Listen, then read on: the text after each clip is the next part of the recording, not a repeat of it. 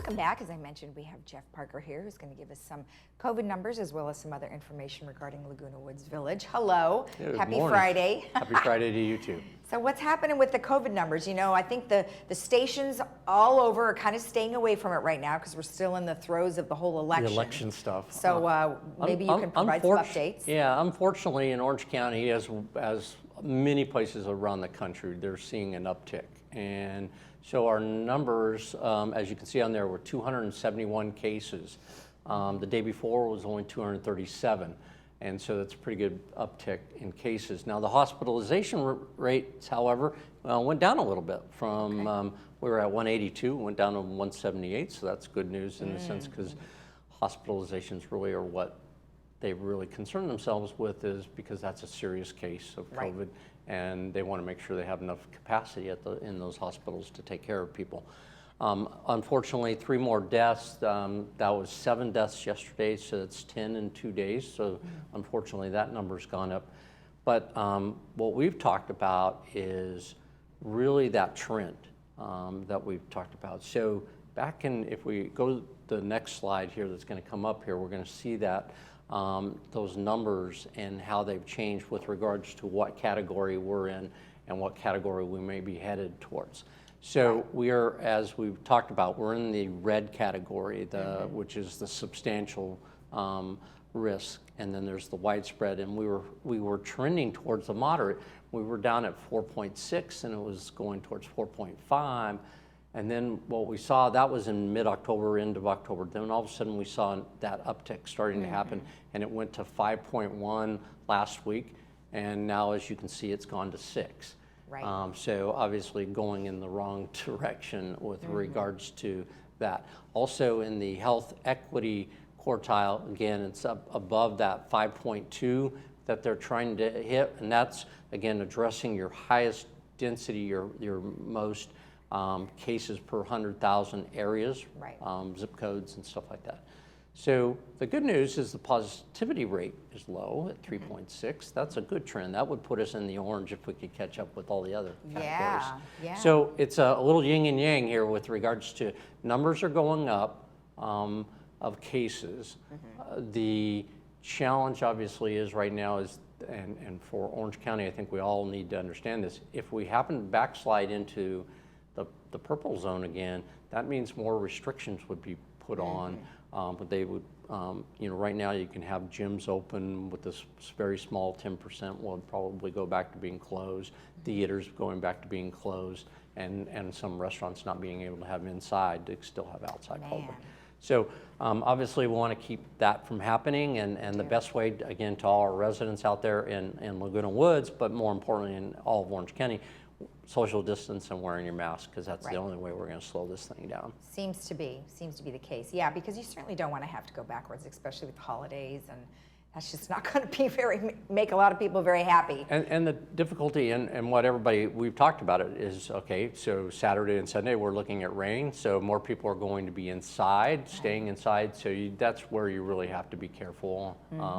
Especially if you're within the family, I think you understand what your family situation is. But when you get more than one family together or you're in bigger groups, that's what seems to be the biggest uptick.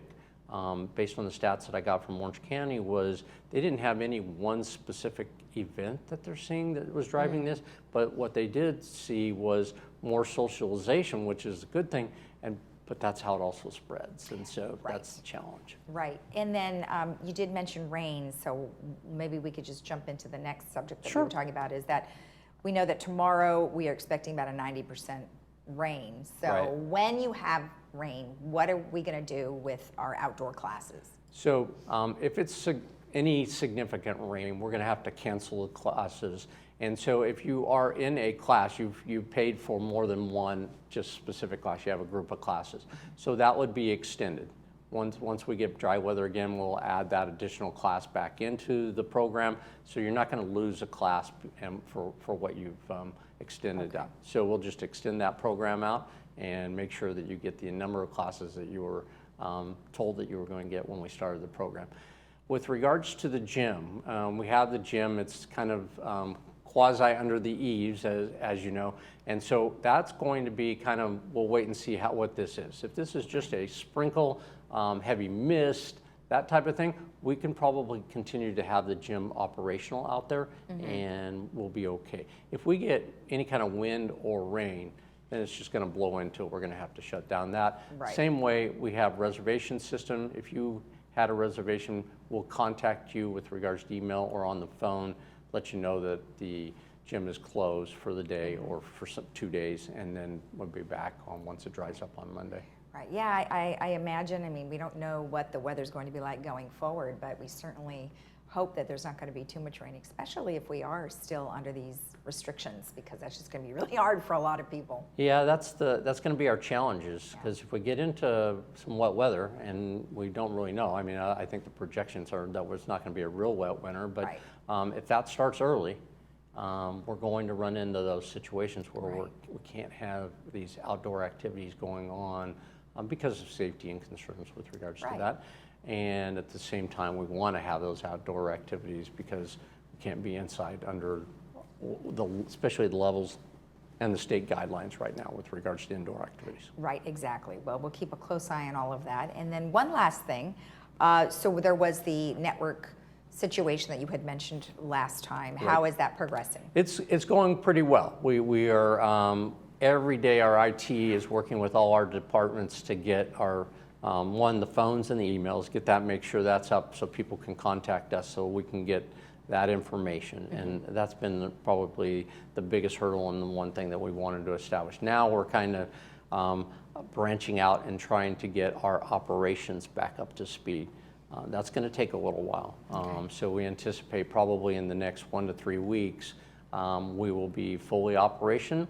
But I don't want to promise anybody a certain date because every day changes a little bit, and we run into a situation where we have to make some repairs to our computer systems and get them in the right shape to move forward and to make sure that we're protecting our equipment in the right way. So it is challenging, and I appreciate everybody's patience out there with us. Bear with us, we're working very hard to get it up and going as fast as we can. But if somebody does have a concern, they can always call Resident Services because there is still someone there that's taking a phone call, and they can research. And they can log in if they have a need, especially if they have a emergency need, plumbing need, or electrical need, or anything like that. We're taking that and we're radioing right to our people in the field and making sure that those things are being taken care of. Perfect. Well, that's good to hear. I'm glad we made some progress on that. Well, thank you as always for the information. Have a good weekend, and we'll see you on Monday. Sounds great. Thanks, Lisa. All right. And we'll be right back with Elsie Addington, who's going to give us a United update, so stay tuned.